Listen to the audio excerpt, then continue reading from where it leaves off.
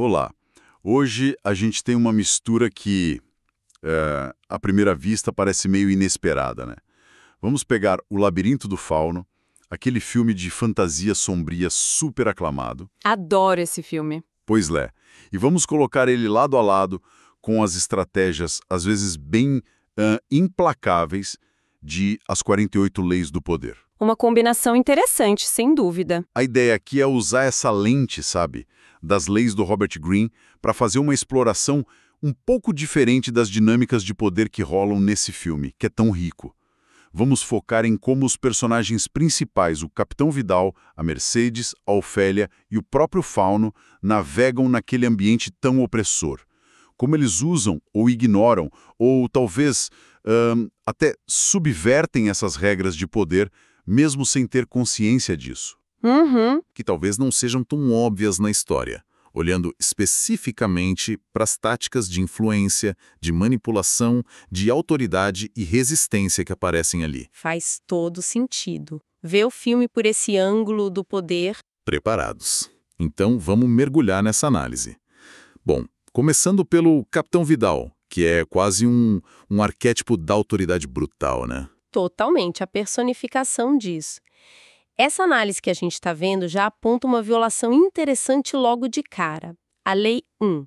Nunca ofusque o mestre. Ah, sim. Ele não só não aceita ser ofuscado, como parece que ele precisa da submissão absoluta de todo mundo, sabe? Como se qualquer sombra pudesse diminuir o brilho do poder dele. Exatamente. Ele vive para ser o centro das atenções, né?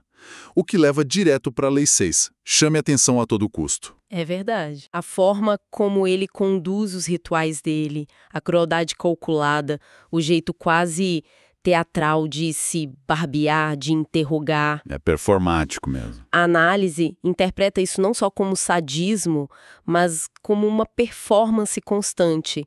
Ele precisa ser temido, notado, jamais ignorado. E a reputação dele, que é o foco da Lei 5, né? Proteja sua reputação. Nossa, é uma obsessão para ele. Né? É quase palpável. Lembra da cena final? Aquele pedido desesperado para o filho saber quem ele foi? Sim. Nossa, é um momento muito forte. E a Mercedes ali negando esse último desejo, é como se ela destruísse postumamente mesmo a reputação que ele tanto prezava. É o golpe final no controle que ele achava que tinha. Ela tira isso dele. Ele perde o controle até da própria memória, né? Precisamente. E, por falar em controle, ele aplica outras leis, assim, quase religiosamente. A Lei 15. Esmague totalmente seu inimigo. Essa é a cartilha dele na perseguição aos rebeldes. Sem dúvida. Sem piedade, sem negociação. Aniquilação total. Exato. É verdade. Mas aí a coisa começa a complicar para ele, né? Porque essa mesma lógica implacável, ele não aplica a todo mundo. E aí que está o erro fatal, segundo essa análise. Ele falha, assim, miseravelmente em aplicar essa lógica com a Mercedes. A subestimação dela é gritante. Muito. Talvez por ser mulher, por ser uma empregada, isso viola direto a Lei 19. Saiba com quem está lidando, não ofenda a pessoa errada. E essa pessoa errada, que ele ignorou completamente, é quem causa a ruína dele. Exato. E a Fontes também levanta um ponto interessante sobre a Lei 18. Não construa fortalezas para se proteger. O isolamento é perigoso. O Vidal está tão focado no controle físico do moinho, a fortaleza literal dele, que ele se isola. Ele se isola. E nesse isolamento a traição floresce ali, bem debaixo do nariz dele. Faz todo sentido. Ele cria um ambiente de medo, mas também de oportunidade para quem sabe jogar nas sombras. E a rigidez dele também é outro fator. Com certeza. Essa inflexibilidade é o oposto total do que prega a Lei 48, né? Assuma a fluidez. Vidal é pura rigidez, pura ordem imposta. E não sabe parar. Não sabe. Ele ignora a Lei 47. Não ultrapasse a marca estabelecida, saiba quando parar. Ele vai sempre além no sadismo na busca por controle. No fim, a análise sugere que essa combinação de rigidez, excesso e principalmente a subestimação crucial da Mercedes selam o destino dele. O poder autoritário dele é, paradoxalmente, muito frágil no fundo. Exato. Então, se o Vidal representa essa rigidez que está fadada ao fracasso, a análise coloca Mercedes como o extremo oposto, operando de forma quase invisível, né? Completamente. Ela parece uma aula prática de várias leis de poder que são baseadas na astúcia. É impressionante. Sem dúvida. A Lei 2. Nunca confie demais nos amigos. Bom, o Vidal vive isso na pele por causa dela. Ele tratava ela com uma certa confiança, né? Quase paternalista. E foi traído justamente por essa aliada. Exato. Mas a maestria dela, segundo a análise, tá na Lei 3, oculte suas intenções, e na Lei 14, finja ser amigo, trabalhe como espião. A submissão dela é uma performance tão convincente quanto a brutalidade do Vidal. Só que, bom, muito mais eficaz a longo prazo. E o mais fascinante é como a análise conecta isso com a Lei 21, finja ser mais fraco. É genial pensar nisso, não é? O Vidal vê ela como insignificante quase, sei lá, parte da mobília. E ela usa essa invisibilidade como a maior arma dela. É isso. A fraqueza que ele percebe nela se torna o poder real dela. A transformação da subestimação em vantagem estratégica. Exatamente. E ela também parece seguir à risca a Lei 38. Pense como quiser, mas comporte-se como os outros. Por fora, aquela lealdade e a submissão que esperam dela. Mas por dentro... A existência e a estratégia rolando soltas. Ela personifica a adaptabilidade da Lei 48, assuma a fluidez, que faltava tanto pro Vidal. Ela não bate de frente com o poder dele, ela contorna, ela espera. Isso me lembra outra lei, a da oportunidade. Isso, a Lei 35, domine a arte da oportunidade.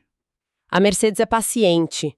Ela observa, ela calcula e age no momento exato. Justamente quando a confiança do Vidal está lá no alto e a posição dela permite dar o golpe decisivo. Uma estratégia silenciosa, mas devastadora. Exato. A vitória dela não é de força bruta, mas de inteligência estratégica, de saber esperar e usar as ferramentas que ela tem. A invisibilidade, a informação, a confiança que o Vidal depositou mal nela. Ok, então a gente sai desse jogo de poder mais, digamos, terreno, entre Vidal e Mercedes, e entra no território bem mais ambíguo do Fauno. Que tipo de poder a análise atribui a ele? Ele não tem exército, não tem posição social como o Vidal. O poder do Fauno, segundo essa análise, é mais sutil, né? Mais psicológico. Ele é apresentado como um mestre da Lei 4. Diga menos do que o necessário. Verdade. Ele é muito enigmático. As palavras dele são sempre calculadas, misteriosas. Isso cria um ar de autoridade quase sobrenatural sobre a Ofélia. Ele nunca entrega o jogo todo, sabe? Mantendo ela sempre buscando mais, dependente das migalhas de informação que ele solta. E ele não corre atrás dela, né? Ele atrai ela para o labirinto. Precisamente, a Lei 8. Faça as pessoas virem até você, use isca se necessário. Ele não persegue ela no mundo real. Ele cria as tarefas, as promessas, as iscas mágicas, tipo a fada, que puxam ela para o domínio dele. Exato. Isso mantém ele no centro, como o detentor das chaves, né? Aquele que dita as regras do jogo. E claro, isso alimenta a dependência dela, como aponta a Lei 11. Mantenha as pessoas dependentes de você. A salvação que ele oferece, o retorno para o reino, tudo depende totalmente de seguir as ordens dele. Aqui a coisa fica realmente interessante. A análise sugere uma manipulação muito eficaz dos desejos mais profundos da Ofélia. Como isso se encaixa nas leis? Então, a fonte aponta direto para a Lei 13. Ao pedir ajuda, apele ao interesse próprio das pessoas. O Fauno não pede obediência por, sei lá, lealdade abstrata. É um apelo direto ao interesse dela. Totalmente. E ele explora, assim, magistralmente a Lei 27. Jogue com a necessidade de acreditar das pessoas. A Ofélia precisa acreditar em algo mágico para sobreviver psicologicamente àquele horror todo que cerca ela. É a fuga dela. E o Fauno não só oferece essa crença, como ele se torna o único canal para ela. E ele controla o cardápio de opções dela também, né? Limitando os caminhos possíveis. Exato, o que remete à Lei 31. Controle as opções. Faça os outros jogarem com as cartas que você dá. As tarefas são específicas. As escolhas são binárias. Ou obedece ou falha tudo dentro do esquema que ele estabelece. O mundo fantástico é apresentado como refúgio. mas é um refúgio construído nos termos dele. Ele explora a Lei 32. Jogue com as fantasias das pessoas. Ele oferece a fantasia, mas cobra um preço e mantém um controle sobre ela. É um poder manipulador, assim, bem sofisticado. E, por fim, a Ofélia. No meio desses jogos de poder tão claros, a força bruta do Vidal, a astúcia da Mercedes, a manipulação do Fauno, como a análise posiciona a jornada dela. Ela parece ter suas próprias táticas também, né? Mesmo que inconscientes. Sim, ela demonstra usar a Lei 3 oculte suas intenções, né? Ou esconder toda a ligação dela com o mundo mágico, né? Principalmente da mãe e do Vidal. Mas a análise sugere que a trajetória dela vai além dessas táticas mais convencionais. Ela representa uma forma diferente de poder, talvez mais ligada à resistência interior, à transcendência. Como assim? Ela parece tão vulnerável na maior parte do tempo. A vulnerabilidade é real, claro, mas a análise foca na recusa dela em se alinhar completamente. Isso lembra um pouco a Lei 20. Não se comprometa com ninguém. Interessante. Ela não se entrega nem ao mundo opressor do Vidal, nem obedece cegamente o Fauno no momento crucial, sabe? Quando ele exige o sangue do irmão. Essa recusa final é vista como um ato de poder bem significativo. E a recriação dela como princesa Moana no reino subterrâneo é interpretada como uma aplicação simbólica da Lei 25. Recrie-se. Diante de uma realidade insuportável, ela encontra uma forma de redefinir a própria identidade e o destino dela, mesmo que seja num plano mítico, né? Essa escolha final dela de não sacrificar o irmão, mesmo que isso significasse perder a chance de escapar. Como a análise interpreta isso dentro das leis? Porque parece ir contra aquele interesse próprio que o Fauno explorou tanto. É um ponto fascinante, né? A análise vê isso como um ato de ousadia, sim, Lei 28, seja ousado, mas principalmente como uma afirmação dos próprios valores dela, bem alinhada à Lei 34, seja real de sua própria maneira. Ela define um limite ético ali que nem a promessa do paraíso consegue fazê-la cruzar. E ao fazer isso, ela rompe com os modelos de poder que estão ao redor dela. A submissão da mãe, a tirania do Vidal, a manipulação do Fauno. Lembra da Lei 41? Evite seguir os passos de um grande homem. Ou, nesse caso, de qualquer figura de autoridade. Ela cria o próprio caminho. Exato. A análise sugere que, ao desprezar as regras do jogo opressor, tipo a Lei 36, despreze as coisas que você não pode ter, ou seja, recusar aquele mundo nos termos dele e escolher o próprio código moral, ela encontra uma forma única de liberdade e poder. É uma adaptação, uma fluidez, Lei 48, mas interna, ética, quase espiritual. Então, para sintetizar um pouco a perspectiva dessa análise, o labirinto do Fauno, quando a gente lê através das 48 leis, se revela quase uma fábula sobre diferentes formas de poder, né? É uma ótima forma de colocar.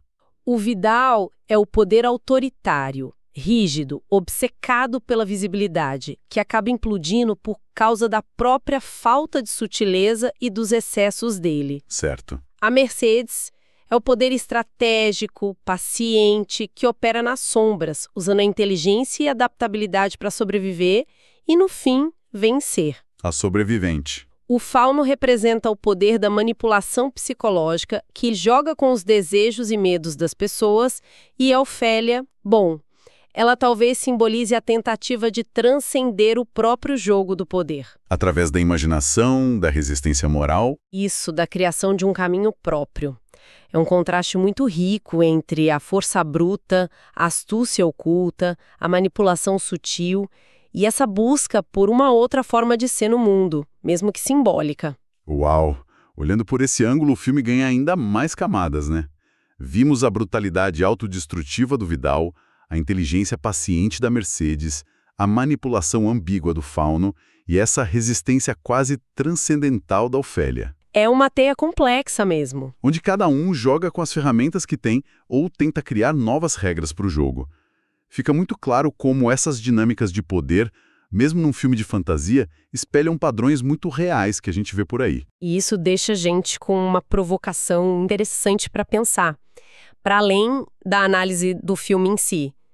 Pensando nessas diferentes estratégias de poder que a gente viu representadas, a força impositiva do Vidal, a astúcia adaptável da Mercedes, a manipulação psicológica do Fauno, a recusa ética da Ofélia, qual delas tende a ser mais eficaz ou mais sustentável a longo prazo na vida real? É a força que se impõe? É a inteligência que opera nas sombras? Ou será que a verdadeira força está na capacidade de, como a Ofélia, se recusar a jogar o jogo nos termos que são estabelecidos? Buscando refúgio ou criando novas realidades baseadas em princípios próprios. Exatamente. E até que ponto essa fuga para um reino interior, digamos assim, é uma vitória real sobre estruturas opressoras ou é só uma forma pessoal de lidar com elas? Fica aí a reflexão sobre como essas diferentes formas de poder, visíveis, invisíveis, brutais, sutis, estratégicas ou morais, estão sempre em jogo, né? Muito além da tela do cinema.